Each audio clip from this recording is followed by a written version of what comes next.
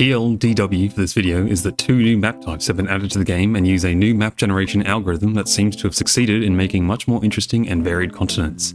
Some examples are on screen here. Overall they look really fantastic, although the biomes are still perfectly horizontal layers across the map. The UI has been massively overhauled and makes decisions like overbuilding and specialist placement a lot clearer, with much more visible information regarding the yields gained and lost. Although mods used to fill this gap, bringing these improvements to vanilla is a huge step in the right direction in my opinion. There are 2 new city-state types, Diplomatic and Expansionist, with all new bonuses. On top of this, all of the existing city-state bonuses have been changed, which is set to significantly shake up the city-state meta. Most notably, the free tech and civic effects have been nerfed to no longer give an additional tech or civic when becoming the suzerain of another independent power. On that note, almost all of the percentage-based effects in the game have been removed in favour of flat bonuses. The key example here is that the end of the leader attribute trees no longer give a repeating percentage buff and are overall significantly weaker than before. Same goes for gold and silver resources, which now give a flat 1 gold and happiness or food on all settlements respectively, making these some of the worst resources in the game now, particularly in the late eras. Both Napoleon personas have been reworked. Emperor now has a much bigger focus on sanctions and gets culture, gold, and combat strength from sanctioning people, but he has lost his unique Continental Systems sanction. Revolutionary's culture on kill was buffed and now has a completely new effect that gives him a free, fully stacked commander the first time someone declares war on him per age. On a similar note, the Abbasids got heavily nerfed across the board, and Catherine got a very minor buff to her great work slots. All buildings, production, and gold cost now increases by 5% for each non-warehouse building in that settlement, and wide city-focused playstyles have been nerfed slightly, with building costs going up an additional 10% for each other city in your empire. To compensate, buildings are stronger across the board with much higher base yields, especially in exploration and modern. Unit maintenance has also been increased across the board to make having a standing army more expensive. This concludes your TLDW for patch 1.2.5. Stick around if you want to peek behind the curtain and hear my full uncompressed thoughts on all the changes. Good day everyone, and welcome to patch 1.2.5 for Civ 7. This is slated to be the biggest update to the game since launch, in my opinion. It looks absolutely massive, and based on the size of the scroll bar over here, it looks like it's going to be living up to those expectations, so let's get straight into it. So we've got the usual disclaimers here around backwards compatibility for saves, mods, bugs, that sort of thing, all the usual stuff, new map types and improved map generation. So there was a dev post quite recently that dived into this to an extreme extent, I would say, that talked about the new map generation techniques. So the 2 ones on the left here are the 2 new ones, Continents and Islands and Pangerian Islands. From what I can see, to be honest, I would say Continents and Islands is looking like a clear frontrunner for what I imagine a lot of people will swap to when the update kicks in. These are obviously looking straight away a lot less defined than the other maps, ones on the right here with their classic island strip that I've made fun of a few times on the channel. These look a lot more varied. It's good stuff overall. I probably won't dive into it too much here because they've covered it in this article. I would highly recommend you go and read that because I found it pretty interesting, the techniques they use. Not that I'm exactly across the detail of how it works exactly, but it was very interesting nonetheless. Yeah, go have a look at these. The unfortunate aspect of these new maps is that even though they've changed the map generation quite a bit in terms of how the continents themselves and the land masses get created, we still have the same biomes. We still have the same lasagna of biomes that appear in the exact same configuration every time. You can see it quite clearly just on these 4 examples that Firaxis themselves have provided. We got, tundra, I think it's maybe plains, then grassland, desert, and you can see these things, they go across the entire map every single time. It's unfortunate that they still haven't changed that. Again, it's very balanced, but it's not very fun.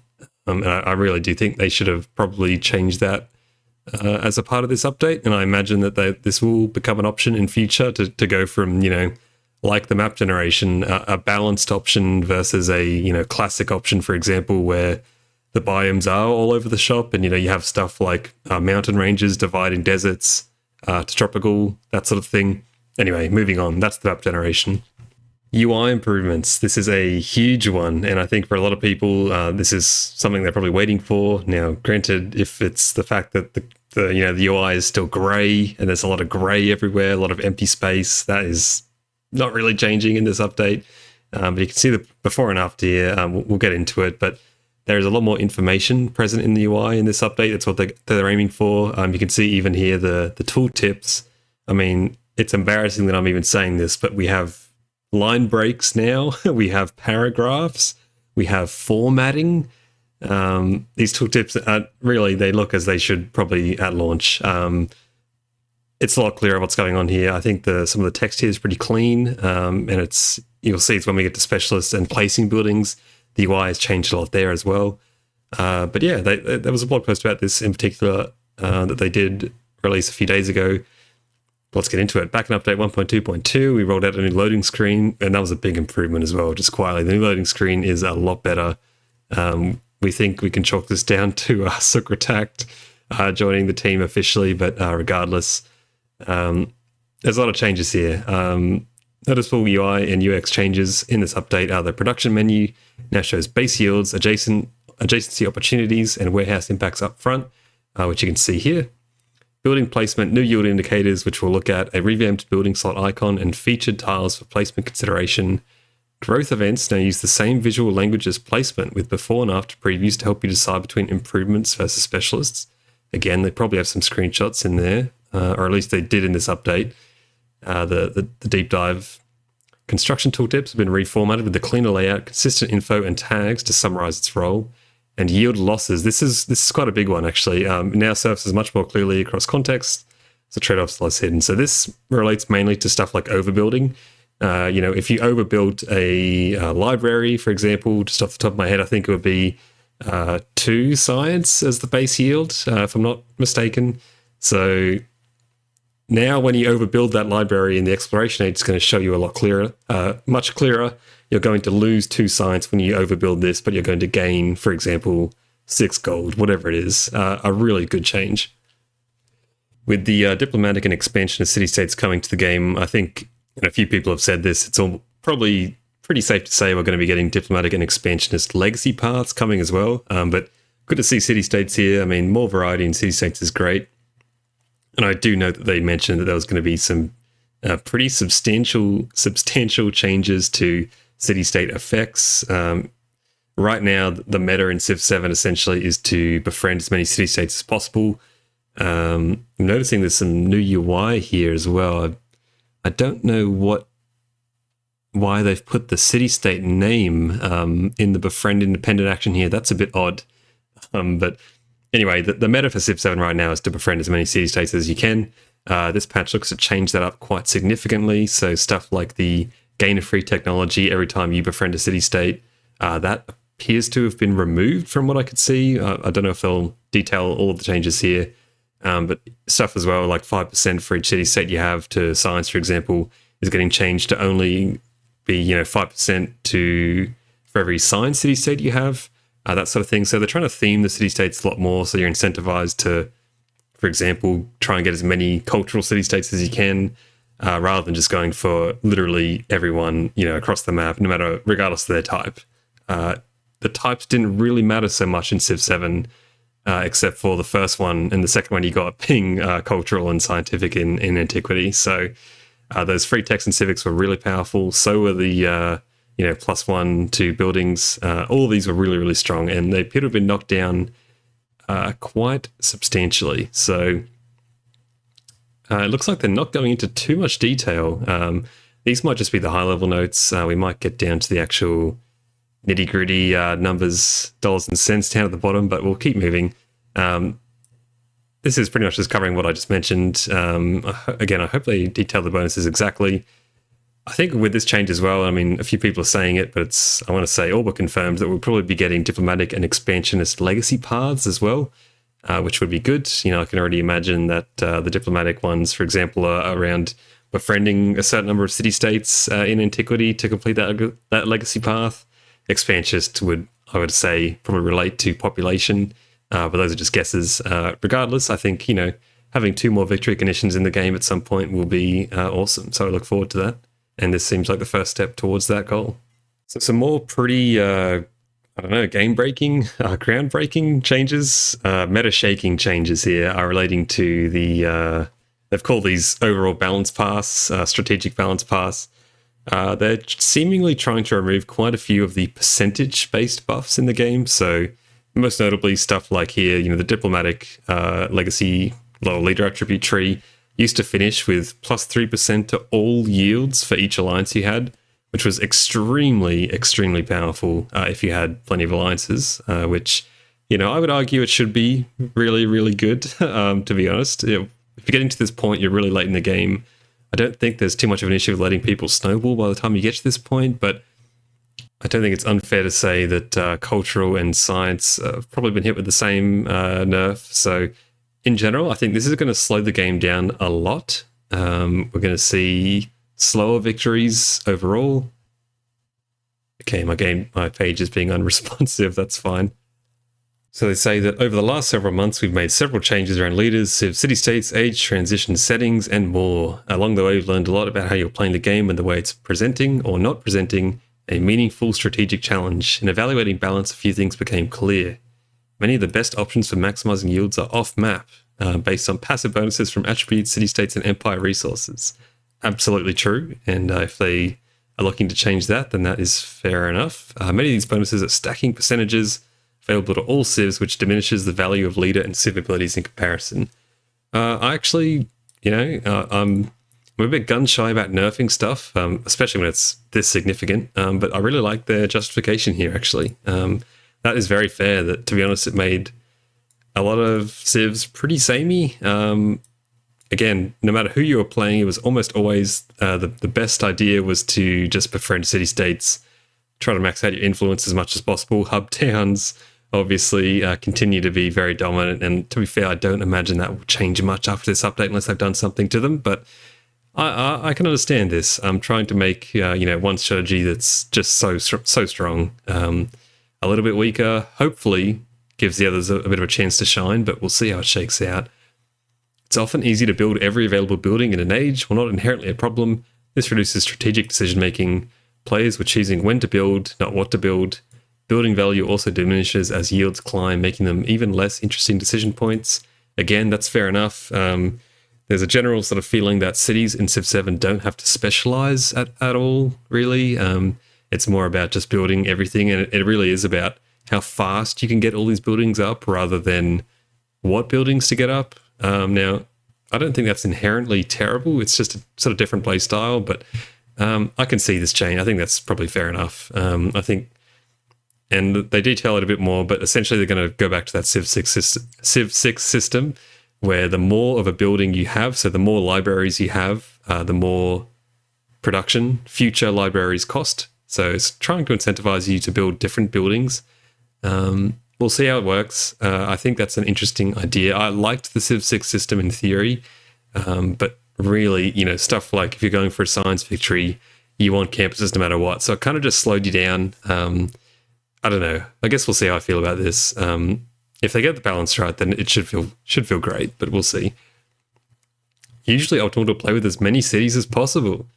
That's a bold statement. A lot of people in the community would probably disagree with that.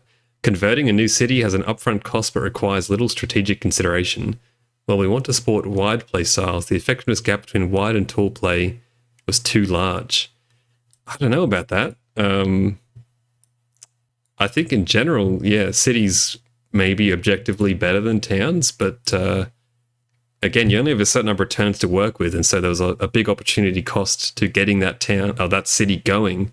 Whereas converting, specializing your town and instantly getting all that food going to it, especially with urban centers, I'm surprised. To be honest, I thought Civ 7, the balance of wide versus tall, was the best I've ever seen it in a Civ game. There was pretty much like 50-50 who you asked when it came down to which was better. So I'm surprised that they seem to be considering city spamming to be optimal.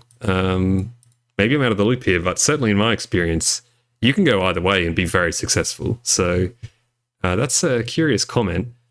The gold economy rarely challenges the player. New towns provide large amounts of gold and pay for themselves quickly, while maintenance costs like unit upkeep don't often make more than a small dent in finances. So one of the changes they're making is increasing unit upkeep. They did mention that. These problems are even more pronounced on high difficulty levels where players can exploit these stacking bonuses while the AI struggles to keep up. So again, this is probably going to make the AI more competitive overall.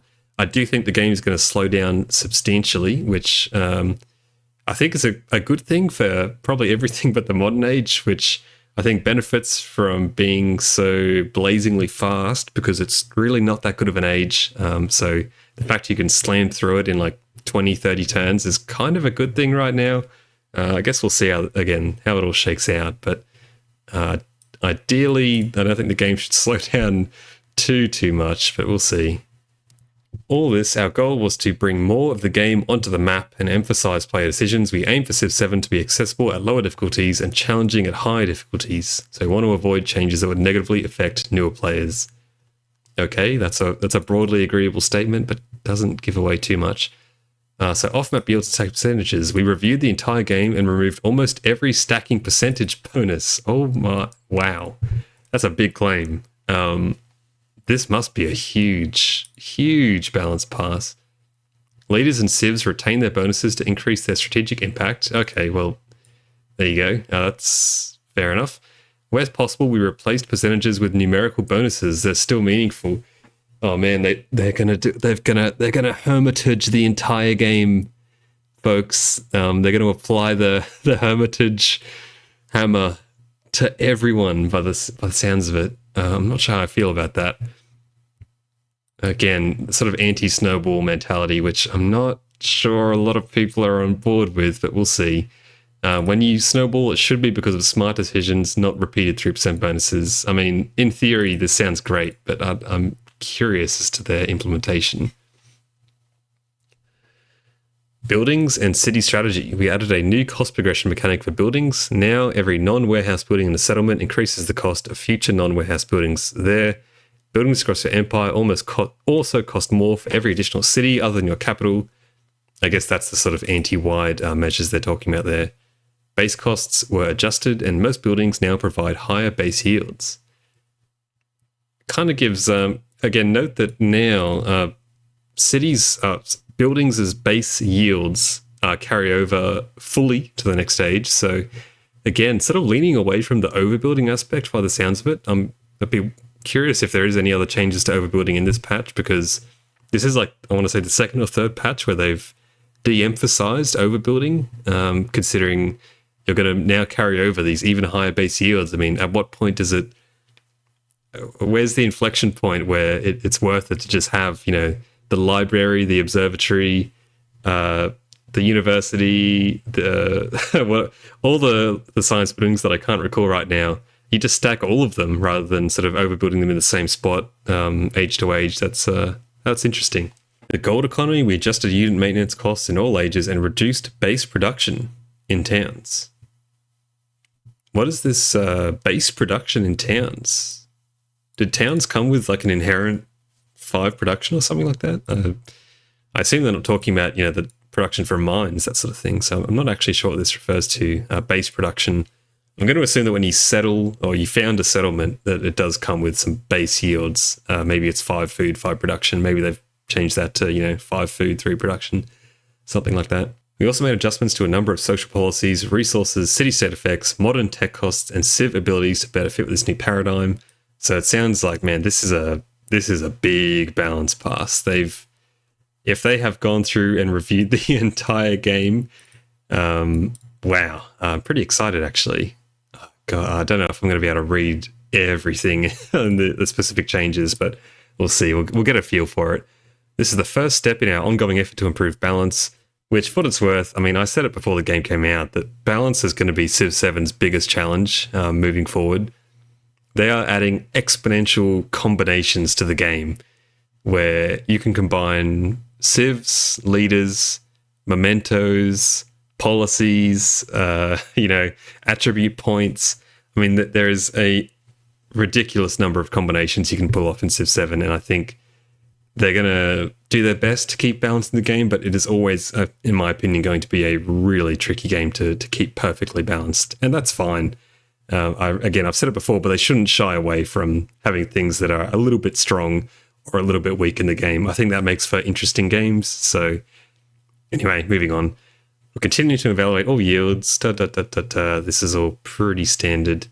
DD players, let us know if these changes cranked up the difficulty for you. I guess we'll see. The AI in Civ 7 has gotten a lot better since launch, so they are getting there, although they still really struggle in the modern age. So the Napoleon rework.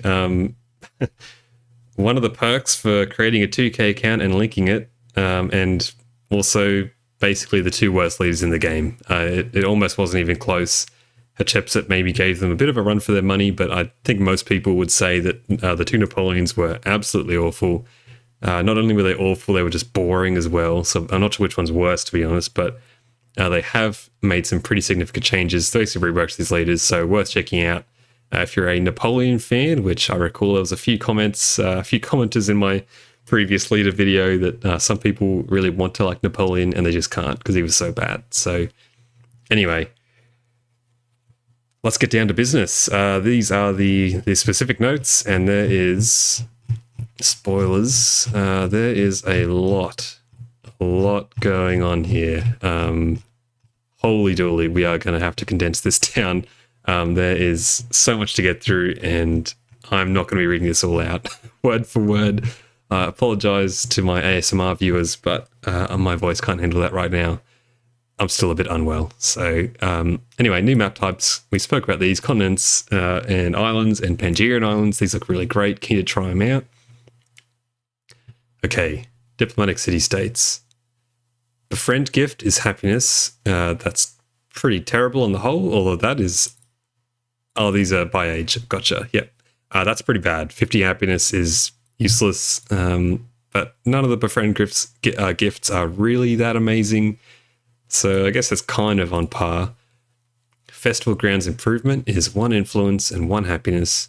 Double the yields during celebrations. That's not bad.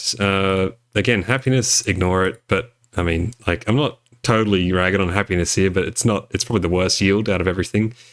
Influence, however, I mean, that's fantastic. 2 influence on all of these festival grounds during celebrations. Wow, that's good.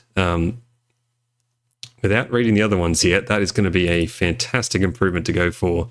Again, these carry over as well. These are ageless, so you're going to be starting the next age with a ton of influence if you can get all these. Existing improvement on flat terrain adjacent to a district.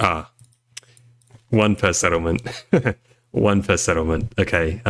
Still pretty good, but that's a bit of a dampener. So, I would still say this is pretty solid. I mean, if you finish Antiquity with 7, 8, or 9 cities, which is about standard, 6 if you're playing the Khmer or something like that. It's unfortunate. That's still not bad. I assume the effect carries over as well, so it still doubles in exploration modern. I'm pretty sure that's the case, so that's not bad. Gain the Send Delegation Endeavor. Both civs gain 4 happiness per turn. You can vision their capital. This is awful. Do not take this. Look, the only reason you would take this is to improve your relationship. This effect is horrendous. I'm just going to say that. +2 happiness and happiness buildings. Pretty average, not great. That's fine, though. +20% influence towards starting and supporting endeavors and sanctions for each diplomatic city-state you are suzerain of. Sanctions, I think maybe they've changed these up a little bit, potentially in this patch.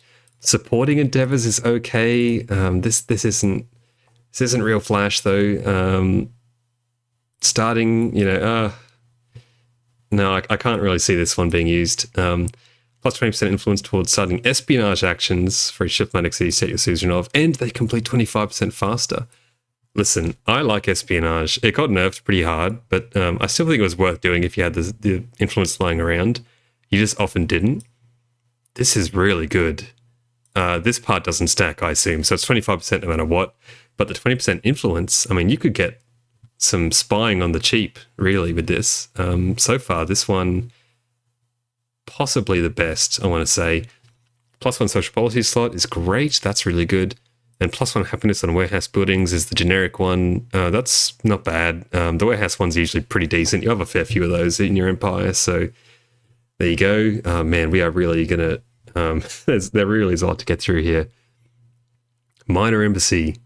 +2 influence. 1 influence for each ally you have. That's really good. 1 per city. Is that meant to say settlement? Or can these only be built in cities? Sounds like... Oh yeah, it must be built on an existing improvement in a city. That's okay. That's... Yeah, 1 per city. These could be really good. I actually don't mind these, the way that they're playing into the whole ally thing quite well. I kind of like that it's, celebrations in antiquity, allies in exploration. And what's the modern one? Oh, that's about population. Okay, interesting. Anyway, demand tribute sanction target 1 with treasure. This one's quite interesting, actually. So you can sanction a target with treasure resources, and that player gets minus 20 gold per turn. And when it finishes, you get a treasure fleet worth 2 points. So again, demanding tribute. This is a really cool sanction. I wish more sanctions were like this instead of just minus 10% science, for example. This is really interesting and a very fascinating way to diplomatically gain treasure fleets without actually going and settling them, which is pretty cool. So I like this one. Is it strong? Depends how much it costs, but the effect is really good. And the minus 20 gold is substantial for that player. It doesn't help you, of course, but the sanctions usually don't. Plus happiness and happiness buildings again. Surprised that doesn't go up to 3 or 4, to be honest. This is the same. This is the same. Still really good. This is the same, and this is the same. Okay, so most of them are the same through the ages. But we get a new one here. Ideological Revolt Espionage. Targets 1 civ of a city of a civ with an ideology. On completion, pillages up to 4 tiles in that city. This effect isn't as exciting as I was hoping when I sort of read it. I feel like it should be with a different ideology. And then you can make the effect a lot harsher. I don't know. I was excited at the start of the sentence and I was disappointed at the end. But still, I think this is the first unique espionage actions. That's kind of interesting. And the Circus Fair, plus 6 happiness, 1 influence when built in cities, 1 per settlement. This looks like kind of the worst of the 3, to be honest. Once again, I don't think I'm missing anything here. Like, this caps out at 1 influence, whereas the previous 2 had the possibility of going much bigger. Again, I don't know. Once again, Firaxis just misses the mark on like the power level of what things should be in the modern era. I mean, they've made a lot of changes, so maybe that power level has shifted quite significantly. But I don't understand why the Circus Fair, the modern age improvement, is the worst of the 3, and I would say it is probably far and away the worst of the 3. It's got a condition attached to it as well, so that's really odd. I don't like the Circus Fair at all. This should be so much stronger. This could be plus 6 influence instead of happiness. That's how strong it should be. I mean, by the time you befriend a city-state, like it needs to pay itself off, and these things just won't. Anyway, on the whole, these are reasonably interesting effects, but nothing in here that's too game ranking, I would say. The influence buildings in antiquity and exploration are quite good. I like all the unique endeavors. I really like the sanction here is really good, and the unique espionage action. All these are really interesting ideas. Maybe just make them a bit more powerful. This one's not bad though. But I mean, who really does sanctions? New Napoleon, that's who, I guess. But anyway, we have the expansion of city-state. Befriend gift is 1 migrant. That's not too bad, That's actually a pretty good befriend gift. That's pretty cool. Probably, I want to say the strongest out of all of them. Allows the creation of a unique improvement. Plus 2 food. Plus 1 food on farms in desert in this settlement. Must be built on an existing improvement in the desert. Wow. Okay, this one's... we're actually getting some... a way to make desert cities, like, really good. Right now, they're just the same as any other city. So you have stuff like Petra that is gutted, really, compared to its previous iterations. I like this. I like that this is actually quite specialized. You could get some really insane yields here. The problem is farms are bad. Farms are pretty bad. So this is going to incentivize you to build them more if you end up with this. But maybe in towns, you want to be getting that food going. But even still, but I love this. I love the way this is going. +1 food on resources, just straight up. That's middling. That's okay. +4. Whoa. +4 food on food buildings. That would definitely, historically anyway, include stuff like granaries. That's huge. That's like +4? That's really good. It doesn't affect many buildings, like, is it the inn? I'm trying to think that there's definitely another one as well. But that's actually pretty strong. +1 food and settlements for each expansion of city state you're suzerain of. Doubled in towns. Well, this one's really good as well. I mean, this is like Tecumseh's bonus. Wow. Yeah, this one's really good too. Possibly better than this one if you can get it. Again, depends on getting, the same city-state type. So you need expansionists only for this one. As I understand it, they've changed all of them to be like that. But still, +2 food in towns for... I mean, just on its own, that's pretty good. If you get 2 or 3 expansionist city-states, I mean, this is gonna pop off. That's really strong. Receive a free settler in your capital. Wow. I mean, so far the expansionist one is fantastic. +1 settlement limit, amazing. These two are incredible. And +1 food on warehouse buildings, that's pretty good. Well, it's not that great really, but it's there. This is fantastic early game. This is fantastic all game. These are really strong. Expansionist so far is, if they've nerfed the science and culture ones, then wow, this is really good. Those are really fantastic. Exploration, so these are the same. All of these are the same, except this one's actually been changed. Receive a population in your capital when you become suzerain. Okay, this used to be in the science tree, so that's been moved. But the unique improvement here, +4 food, +1 science if built in a settlement following your religion. Must be built on an existing improvement on floodplains. Again, quite a unique effect here. So again, glad to see them dabbling with more stuff, interweaving diplomacy and religion. I mean, weaving religion with anything is good because right now it's just so bare bones. So that's good. Down to the modern bonuses here, +5 food, 1 food, and -1 happiness on each abattoir in this settlement. Must be built on an existing improvement with food. Okay, so again, -1 happiness isn't that big of a deal, but again, kind of surprised at how weak this feels. I guess it does stack up to be a decent amount of food eventually, but I'm not overly impressed with this modern age improvement again. +1 food on resources is awful by the time you get to modern. +4 food on food buildings, again, not really that great by the time you get to modern. +3 food in settlements for each expansionist. This is still pretty decent if you can get a few of them going, but even then, not really. Population in your capital, not great. Settlement limit's good. Yeah, again, like the modern bonuses are just so weak compared to the antiquity ones. Not much more to say, really. So here is the dev note on the updated city-state bonuses. Yeah, the gist of it is they want to make these a bit more balanced. The diplomatic and expansion of city-states follow these rules, and leaders like Tecumseh and Civs like Greece and Siam get a nice boost since they still count all city-states for their relevant effects. True, actually. Okay, yeah, true. Could this make Tecumseh, Greece even stronger than it already was? As a bit of an unfortunate side effect. Probably not, but still, that's, good point. Okay, militaristic city-states. +1 combat strength to range and siege units. Okay, so just clarifying that it only affects military now. That's the same. +2 culture on culture buildings. Look, this was really strong. Receive a free civic.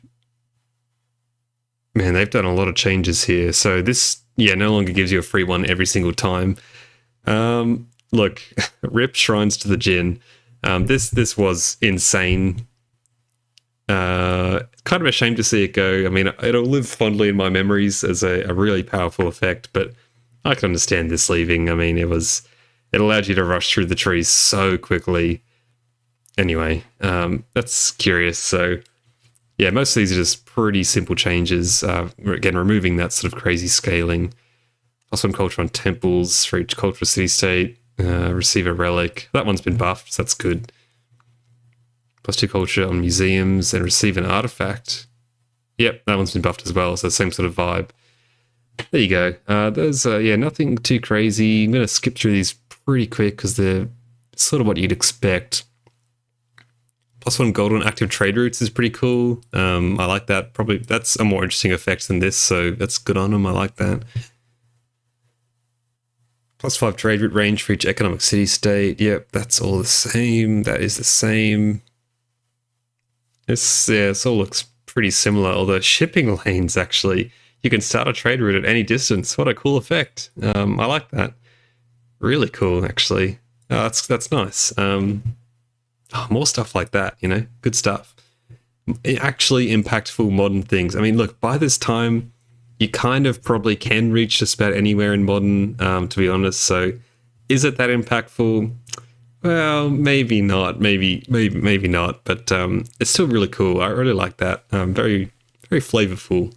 And look, with the bigger maps we have now, it is stronger. So on a small map, you're probably not going to take this, but that's cool. And everything here looks like what you'd expect. So again, rip, what was it, Pilgrimage? Yeah, Pilgrimage, that was the busted one in Antiquity. No more free tech every time you get a city-state. Rest in peace. Rest in peace, Pilgrimage and shrines to the Djinn. So, oh well, what can you do? Attribute trees. I imagine we're going to see the same sort of thing here. So, change node 4 to plus 5 culture per age in cities with at least one wonder. Ooh, again, they've done a hermitage here. I mean, this is actually word for word. I mean, this is just so bad now, really. Change node 8 to plus 10 culture per age for every alliance you have. This is a really great early game, but 30 age late game, 30 culture late game. It's not terrible, I guess. Plus 5 culture per age. This is awful. Like, this is so bad. You never want to be doing these repeating ones now, I guess, is probably the takeaway. 15 culture in the modern age? Like, come on. So, yeah. This is terrible. This is like in the extreme early game. If you get an early game alliance, 10 culture is pretty crazy. But after that, like, it's awful. So, the alliance thing, as we said, is gone. So this now gives influence and happiness. Plus 9 influence in the modern age isn't terrible, but this node was the biggest offender. Yeah, it was pretty crazy.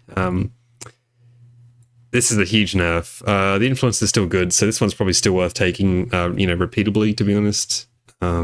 This is empire-wide happiness, which is even worse than city happiness or settlement happiness, so this is useless, but this is not bad. So there you go. Still worth taking. Economic tree, again, this is plus 10 gold instead of plus 10%. That's pretty bad now. Again, antiquity's fine, but listen, for access, you need to understand putting per age in the text for the effect of something you've put in the game.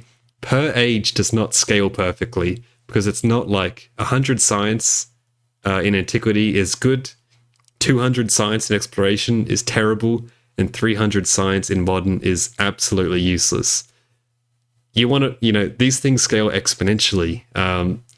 It's more like, 100 science in antiquity is pretty good. That's a good amount of science to have. You need 1,000 science in exploration to be competitive, and you want to be looking at like 3, 4, 5,000 science in modern. These things do not scale linearly, and look, maybe it'll change with this patch, but I just think you can't just slap that per age tag on and sort of call it a day for balance. I think it needs a bit more nuance than that, but anyway, I digress. These are all changing, as you'd expect. The rebalanced buildings, so all buildings costs now scale the number of buildings in that settlement and cities in your empire. So the cost to produce and purchase a building increases by 5% for each non-warehouse building in that settlement, and the cost to produce and purchase a building increases by 10% for each city other than your capital in your empire. So again, this is kind of trying to penalize wide a bit more, again, which is surprising. I really don't think... If you ask me, I was actually on the tall camp, to be honest. I thought that 3 cities was a pretty... It was pretty good. I thought it was at a good spot. I don't really think you needed to nerf wide in this sort of way. It's a pretty gentle touch. It's not like they're really going hard for wide play, but I'm surprised that they're doing this, to be honest. I thought that the balance was actually perfect.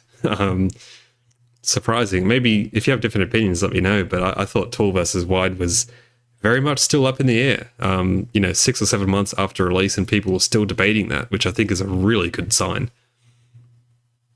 Anyway, I digress. To encourage better pacing, we've made some changes to constructing and overbuilding. We've adjusted costs and base yields across all ages. Biggest changes are in exploration and modern. Buildings now provide more yield, not yields, just singular yield. We've also designated 1 building per age to focus primarily on influence, giving it a higher influence output than before. This is cool. Big change there. Mostly a shift in how we think about these buildings and will serve as a foundation for future content. We have not changed the types of buildings in this update. Okay. So these have gone up from 2 to 3. These are the tier 1s. That's fine. It's a 50% increase, so pretty impactful. Again, will this sort of tip the scales to make you not want to overbuild them? Probably not, but we'll see. Tier 2 buildings now have a base cost of 180 production and provide 4 base yield. It would have been really helpful if they told us what it was before. I couldn't tell you if 90 or 180 is a buff or a nerf. I'm going to say it costs more production, but it would have been good if they actually mentioned that. So the villa is now considered a tier 2 influence building and provides 3 influence and 3 happiness. I think it was 2 influence before, so yeah, I think it was 2 influence, 4 happiness. So a pretty minor change, but 1 influence is good. You can get a fair few villas up. So there you go. Civ unique buildings now have a base cost of 135 production and give 3 base yields of their type. The exception is Carthage's unique buildings, which provide 2 yield of their type to balance their availability in towns. That is a very sweeping change that I can't really comment on.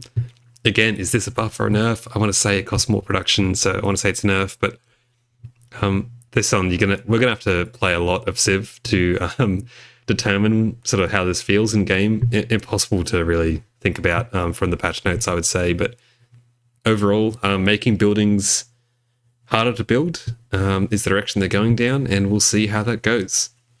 Exploration. 6 base yield of their type on tier 1 buildings. So this is what they're talking about, that they're trying to make exploration and modern buildings better. 9 base yield in exploration is pretty crazy. So the guild hall now provides 6 influence and 6 gold. Wow, that's almost a third of the way to your science legacy path in exploration from this 1 building. That's pretty insane. If you weren't already completing the science legacy path and exploration, which you probably should have if you were playing well, now you just need to build your guild hall and you're basically already there. So that's what a building. The guild hall is already really strong as well. So 6 influence is crazy. So all of these buildings are getting buffed. Pause here and read if you wish. The radio station now gives 9 influence. I mean, again, it's so late in the game by this point that the modern age buildings I still don't think are going to be that impactful, but there you go. This is interesting. The rail station, I assume, has once again had its cost increased, so the economic victory continues to be extremely difficult to finish. Not only that, the science victory seems to have copped a nerf. Again, they haven't put what they used to cost, but I'm pretty sure it's more. So making the science and economic victories take longer is an unexpected change, considering those were far and away the hardest ones compared to cultural and modern. That's quite a strange change, but I understand that it's fitting with the rest of the building changes, but they probably should have been a bit aware of this. Maybe they did. Maybe there's huge victory condition changes down below. I don't know, but maybe you should keep watching to find out. Unit maintenance. Here we go. Maintenance costs increases by 1 gold per tier of the unit. So tier 1s cost nothing. Tier 2s, 2 and 3 siege and 2 there. What are we saying here? Tier 1 gold per tier of the unit.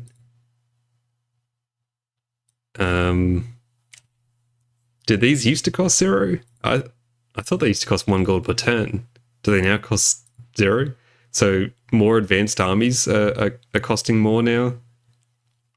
A lot of changes here. It seems like they sort of applied the same formula across the units. I mean, yeah. Look, the general idea, make armies more expensive, make having a standing army a conscious decision, rather than just sort of having units sticking around just because you can without any real penalty. 15 gold per turn for a bomber is that's expensive. So if you got bombers, you better be using them. And same sort of goes for all units now, which I think is a good change overall. I think there should be some risk reward in having a huge standing army. So I like this change. I like to see it. Again, they're trying to nerf gold a bit as well by just sort of generally increasing how much things cost to maintain. So I can't remember the last time I was in sort of the negative gold in Civ 7.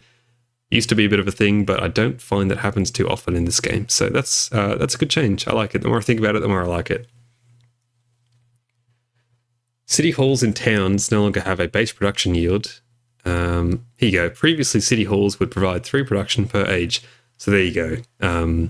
Getting rid of that 3 production, almost exactly what I thought it was. But please, Firaxis, can we call these town halls? If it's a city, it can be a city hall, and if it's a town, it can be a town hall. I know that, they have cards and things that affect city halls, so they want to keep it consistent, but come on, it should be town hall. Anyway, convert town to city pop-up has been updated to tell the player that city has increased production and warn about the increased cost of buildings across the empire when converted. I hope that doesn't come up every time. I hope that's like a once per game kind of thing, because I hope it doesn't pop up every time.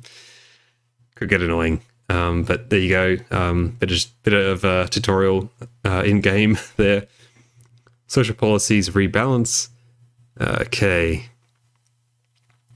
+2 food at all settlements. That used to be +25%, I believe. Clan networks is now +20% growth rate in towns with a growing focus. Oh, right. So this was... Okay, so they've kind of swapped these, which is interesting. We've redesigned this to be more effective in the early game.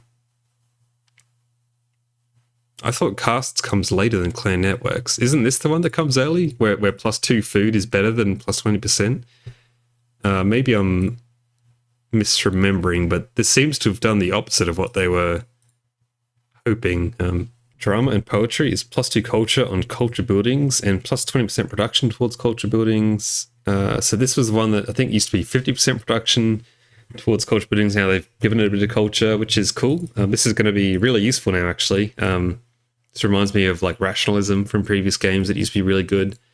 This is probably going to be a must plug-in, to be honest, once you get it in the late game. So drama and poetry, huge buff. The production was fine, but not like it's still there. Less production, but overall really good. Same goes for literature. So they said neither of the 2 above bonuses were very appealing before. With their changes to building costs, these bonuses became impactful while still not looking appealing. We updated them as a reward for players that make buildings of a specific type, or being less of an enabler than before. So huge buffs here. I imagine these are going to be in the late game government of every single government in late antiquity. So yeah, really strong. +30% production towards cavalry and infantry and ranged. That seems fine. What was it before? I don't remember. More research required. I'll take that one on notice. And they didn't. Isn't a change of resources? They reflect the type of on-map bonuses we think are healthy for the game. A handful of Empire resources were having too much of an impact. So here we go. Gold and silver had the biggest impact on our economy throughout the ages. Reasonable in antiquity, but by mid-exploration, it's easy enough to get 5 or more gold and silver, giving the players a 50% discount on all buildings and units. With gold already being abundant, this made late game economy. Yep. So what do we change it to? +1 gold on happiness and happiness in all settlements. Yeah, that's a pretty big nerf, especially early game. +1 gold and food in all settlements. Yeah, these are big changes. Gold and silver did kind of define. They were big resources to get early game, particularly like silver. Just having 1 silver giving you a 20%, 20% off. Your first settler, being able to buy that settler that much quicker was pretty huge.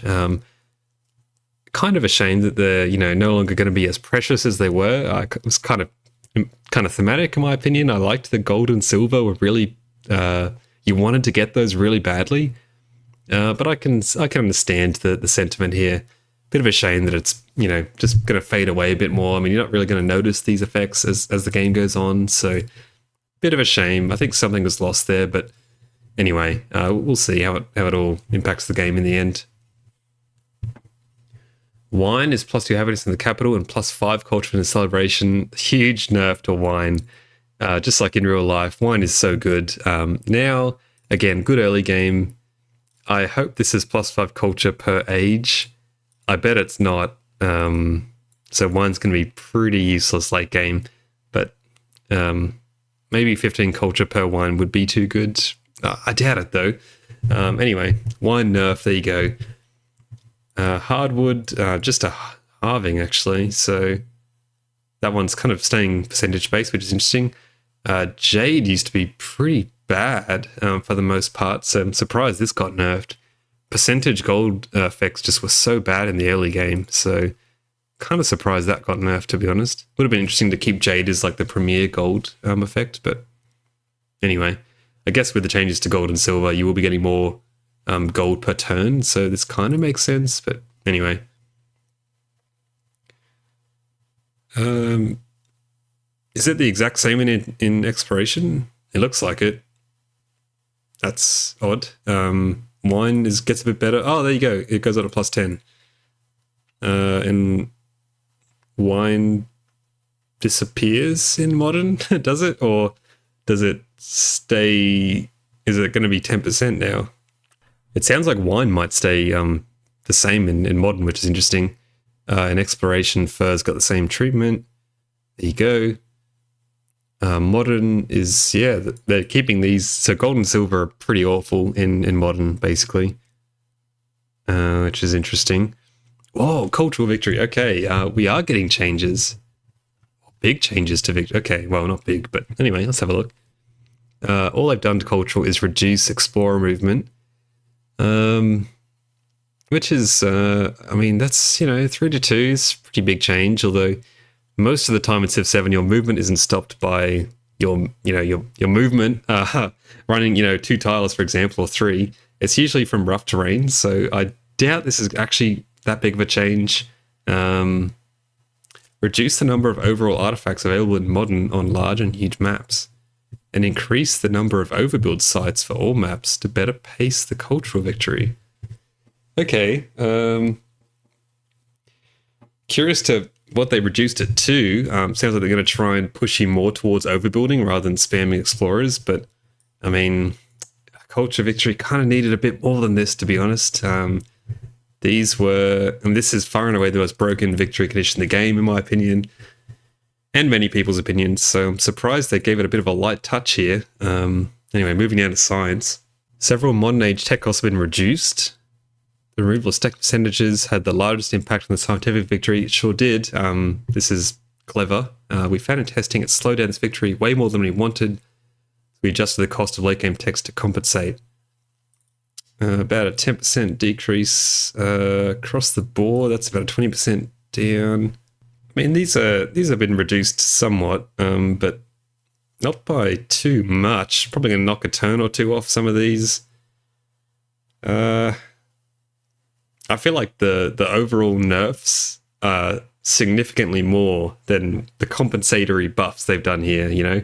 I think this is overall going to slow science down a lot, the changes to percentages being removed generally. And I don't think these effects are really making up for that. So I feel like culture victory's been slowed down a little bit. Scientific victory's been slowed down a moderate amount. Oh, okay, here you go. So what I said above was incorrect. They actually made factories, rail stations, and ports cheaper. Which is, economic victory, always the hardest one. I stand by that. And they're making it easier, which is interesting. Look, this is kind of good for the immediate balance of the game. But on the whole, I think that all victories should probably have taken as long as economic rather than making economic faster to match the other ones. I don't know. I mean, the modern age it is pretty rough. So having the victory conditions be so fast is kind of good in a way, but one day they'll make these more interesting, and I think that they should all be as interesting as economic and sort of as involved as economic. Notably, no changes to the military victory, so there you go. Advanced options have now been added to multiplayer. That is a very non-specific patch note there. And custom difficulty options are now always shown in advanced options. So some general UI stuff there, which is good. AI, is there anything interesting in here? AI will no longer avoid rejecting a denounce sanction when players send an overwhelming military force towards them. That sounds clever if they can pull it off.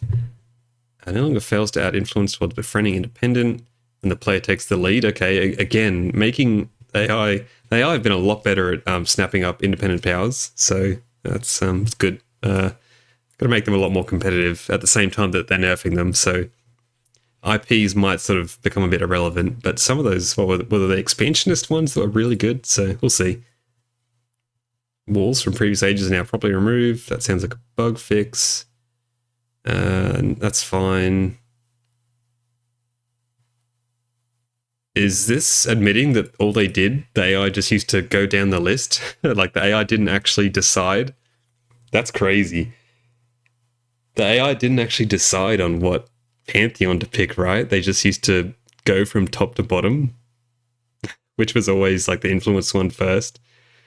That's a crazy change. Obviously good, but I can't believe that's how it used to work. Anyway. Nothing too interesting here, but looks like some combat improvements, which is see how that plays out. Regroup mode. Units will prefer to remain packed in the commander they were in before transition instead of being taken out to become settlement defenders. That is fantastic. A lot of people are complaining about that, so a really good, just polishing of the implementation. Again, regroup mode supremacy over here. I'm a big fan of that option. The way the game was meant to be played, in my opinion. So there you go.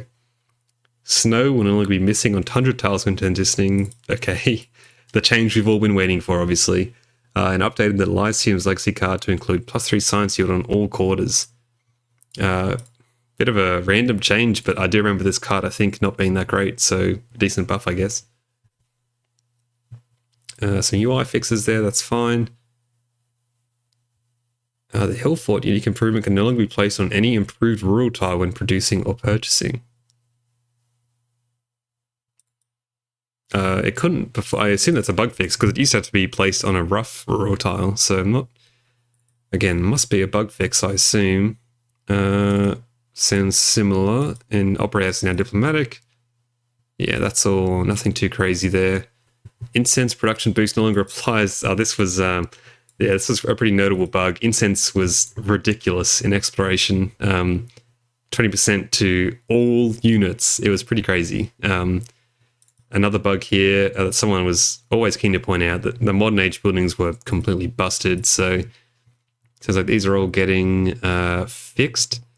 Hermitage. We have Hermitage changes. +5 culture in cities that have a great work on display. The worst one in the game is no longer providing the wrong amount of culture. Oh no, was the Hermitage bugged and accidentally providing too much culture, or was it too little? Either way, it's unfortunate to see Hermitage. I guess the Hermitage was the canary in the coal mine, hey, in terms of removing percentage effects in favor of these flat bonuses that unfortunately just scale horrifically into the modern age. So, yeah, rip Hermitage. This was not the revival I was hoping for. You are still trash by the sounds of it. That's fine, not impactful. Bug fix and a bug fix improves stability when resyncing players during multiplayer. Great. I play a lot of multiplayer, so hope it's more stable. That's awesome. Civ 7 is generally pretty decent, actually. I find the multiplayer is more reliable than Civ 6, so that's good. Oh man, this is a shame. A lot of people are actually really enjoying this, where there was some random lakes that would have like really low water levels for some reason. They fixed it. Kind of a shame. I mean, it's fair, like totally fair they fixed it, but it was kind of a unique effect, so kind of wish they kept it in some shape or another, but anyway. Naval Focus Fire now works properly with range attacks. This is great. This was a terrible bug that's been in the game since before it launched. This was actually, they showed this off. They tried to showcase this ability in the first Distant Land stream. I remember it vividly, and their commander kept bugging out and wouldn't fire, and you lose your turn. It was terrible. So units can only take damage multiple times from ocean damage. Again, great fix, because this used to happen to me all the time, where you'd go into like the ocean and take like 70 damage and just you couldn't do anything. So good fix there. This is fine, and this is fine. These are all pretty standard changes here. Focus fire no longer cues movement. I think this is again a pretty substantial bug that was happening in terms of the commander abilities. So that's good. Yeah, well, there it is there. Yeah, good fix. This was awful. So I'm glad they fixed that pretty quick. Turn advance remains as next turn when moving any unit, but having remaining movement. I do not know what this means, so that's fine. Moving on. Okay, we have the leaders in Civs. These are going to be good. I hope there's... oh, these are not very substantial. Okay, Napoleon Emperor. So this was the guy that used to like when you had unfriendly relations. All basic sanctions are now automatically unlocked, which is kind of interesting. 50% influence towards sanctions, again, interesting. +5 culture and gold per age for every leader you have an active sanction on, except announcement. This is really good in the early game. If these sanctions are going to be super cheap, then 5 culture and gold is not bad. Sort of basically just swapping influence for culture and gold. Again, not bad. But the big one here, +1 combat strength for land units for every sanction you have active except announcement. This doesn't say per civ either. So if you have, I don't know, 3 sanctions on one guy, +3 combat strength. So this seems really good and has the potential to pop off. You just have to have enough influence to sort of sustain that. But considering there are a lot more buildings now that actually give influence, this seems the potential to be really strong. Depending on how much these sanctions cost, yeah, I'll be interested to see people playing with Emperor Napoleon. A really, really good buff, a really interesting rework. So I like that. I have a unique sanction called Continental System. So this has been reworked. And what does it do now? Oh, did they get rid of it entirely? Continental System's gone. Okay.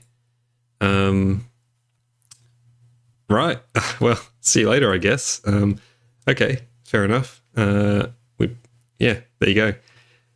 Kind of a shame. I thought this was a really interesting ability that I guess just never got a chance to shine.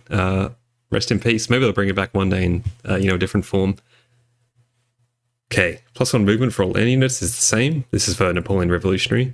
Defeating an enemy unit now provides 100% the culture equal to its combat strength, which is good. I mean, this was so weak before, like completely not noticeable.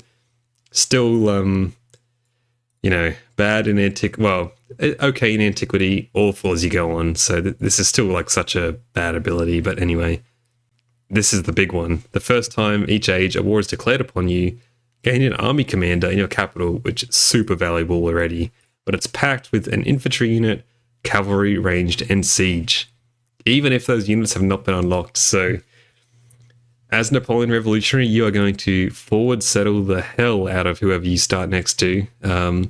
And what can they do about it? If they try to declare war on you, you're going to hit them with a fully packed army commander. Granted, it spawns in your capital, so you have to get it to that new city, but this is really, really strong. It's really strong, but it's a weird one because it is also out of your hands. So a bit like Harriet Tubman, I mean, if people just don't declare war on you, then it kind of does nothing. But I do think you can factor that into the power budget, that you can assume you don't really have to build too much of a military, because if you do suddenly need a military, you've got one. Pretty decent as well. Like 4 units like that is enough to fend off some, pretty minor attacks all in all. And it is an important buffer until you can get your military production going. So I think don't underestimate that even if this never actually goes off in a game, it's still providing a lot of value having it there. So quite interesting. I think this one, I mean, I don't know. This is, still terrible. This one, again, it's not often your movement that prohibits you from moving around in Civ 7. It's the terrain, and particularly with the commander initiative promotion that is extremely valuable, and it's like a must-take. Movement isn't that great, so I don't rate this too highly, but keep in mind this also works on settlers, merchants, that sort of thing, so a bit better than you might expect. So there you go. Napoleon Revolutionary and Napoleon Emperor, huge buffs on the whole. I'll say that for free. Keen to try them out, I guess. And Catherine the Great sneaking in here at the bottom. Buildings with great work slots gain 1 extra slot, now affects wonders. I mean, of all the changes to make, I mean, you never run out of slots, really. Not in antiquity and not in modern. This is, I'm going to say, purely a change to exploration. And I guess it's okay there, but not what I had in mind. But I mean, it's playing into what she does well, so that's fine. Down to Civs. So the Abbasid appears to be the only Civ getting touched on. And I mean, look, they are ridiculous. The Abbasid are insane, or they were. So what do they have in store? Plus 20% production towards constructing buildings with at least 5 specialists. Wow, that's a big nerf, but I kind of like it. So, look, I like it for balance purposes, but I mean, should they have just made every Civ as good as the Abbasid? In an ideal world, yeah, but this is a quick fix. I think this probably just plays in, a lot better into what I guess they want to do, which is specialists, what they want the Civ to do rather. So, before this was just like you plug it in. 8 urban population was nothing. All of your cities would have that easily. So this was just an insane, early card to get 50% production towards constructing buildings in cities. And it came, I think it was the first Civic. So like ridiculous. Now, like 5 specialists, I like this. It rewards going specialists in antiquity. So if you can carry those over, that's, you can get this online earlier. I actually quite like this change. The production, 50%, 20% is huge. That's a big nerf, but probably warranted. 10% science in cities with at least 5 specialists. Previously, it was 15% science with 8 urban pop. Again, big nerf, same sort of vibe. Still worth taking, though, I'd say, late game. Late in the age, and even in modern as well, you would take that too. Plus 2 science and happiness in towns. Previously, it was just 4 science. I guess this plays into specialists more as well. Less crazy science, but this happiness kind of offsets that. Specialist negative happiness. This is in towns only, keep in mind, so it doesn't directly impact it, but it's for your overall empire happiness. But again, you're probably still going to take this, but you're not going to be as happy about it. That's for sure. Sales and trade. Wow, probably one of the best traditions in the game. Like top 5 easily. Plus 1 golden science for each resource assigned to cities with at least 5 specialists. Okay, so this has been really nerfed. Basically cut in a third, and with the condition that's harder. So rip sales and trade. One of my favorite cards in the game. This was so much fun. But warranted, I guess. This was way too strong compared to everyone else. Again, in my ideal world, everyone was as good as pre-nerf sales and trade, but what can you do?